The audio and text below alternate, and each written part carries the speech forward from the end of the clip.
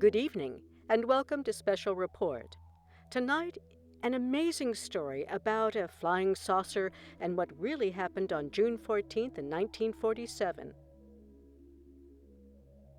I'm in Roswell, New Mexico, home to the rumors of a crashed UFO and allegations of a government cover-up.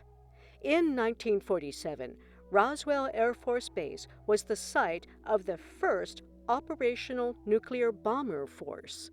Much like our Area 51 today, the Roswell base was cloaked in secrecy. We know for a fact something crashed in this desert. It left strange debris that was collected. According to many, the debris was from a flying saucer. In addition, there were creatures from that flying saucer. All of this evidence was whisked away to the Air Force Base and was stored in a mysterious hangar.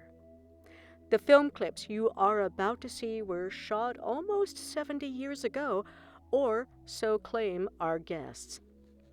If true, this strange story will finally answer the question, what really happened in Roswell? Did a flying saucer really crash in the Roswell deserts? According to our guest that took this film, the answer is yes and no. Yes, a saucer did crash, and it was all an elaborate hoax.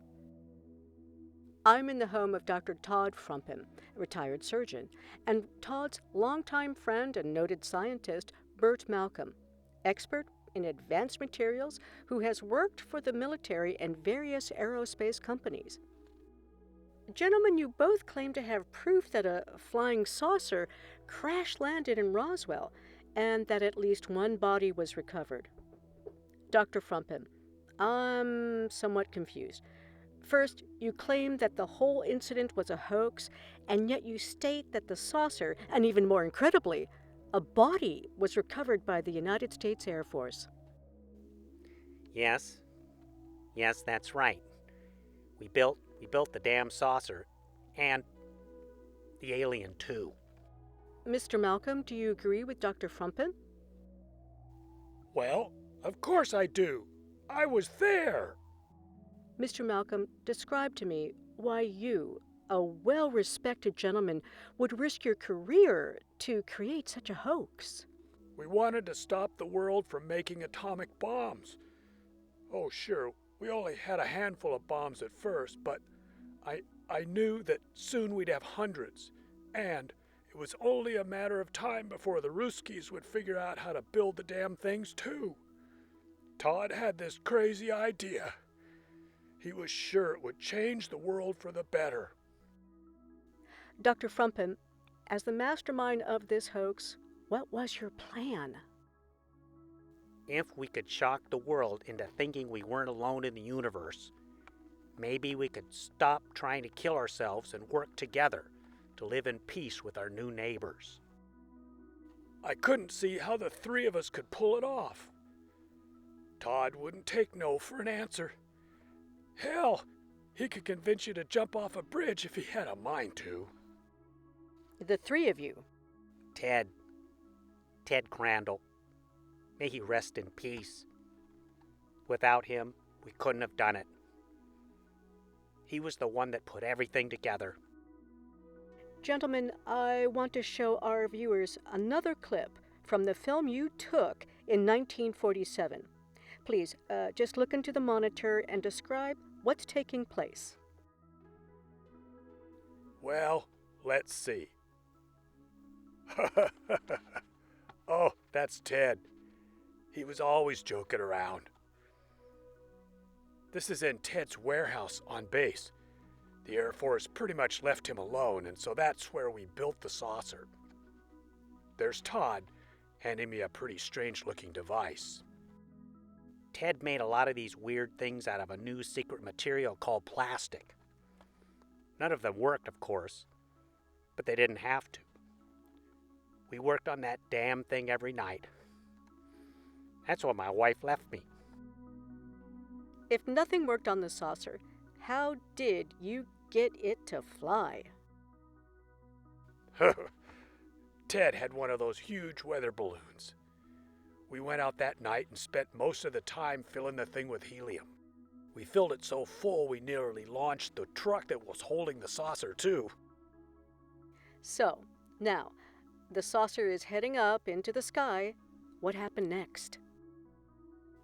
Well, the jet stream was supposed to take it all the way to Washington, D.C.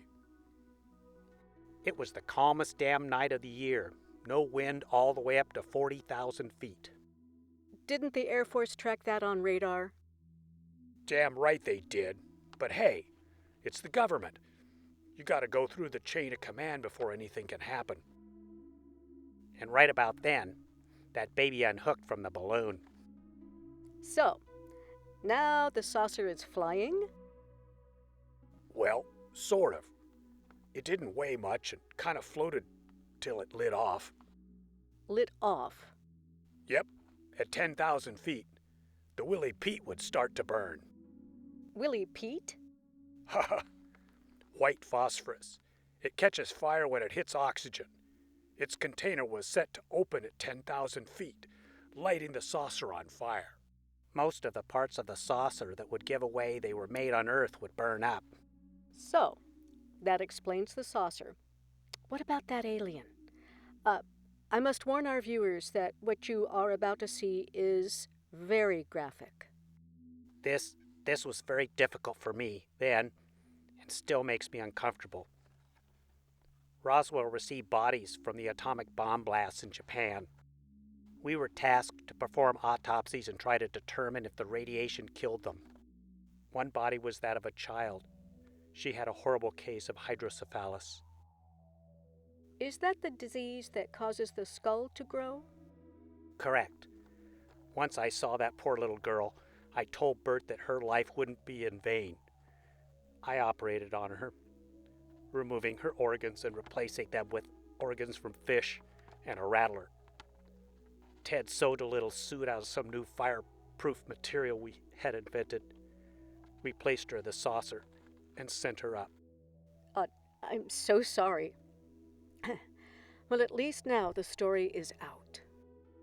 The most tragic thing about all of this was finding out that our government, the United States of America, covered this up. They ruined good people, innocent people, the ones that found the wreckage, harassed them to keep quiet. So what is this metal bar? This is the second bar Ted made. See the strange writing? Ted did that too. The other bar is in some secret warehouse somewhere out there. Ted even made up an alien alphabet. This bar says, "We come in peace."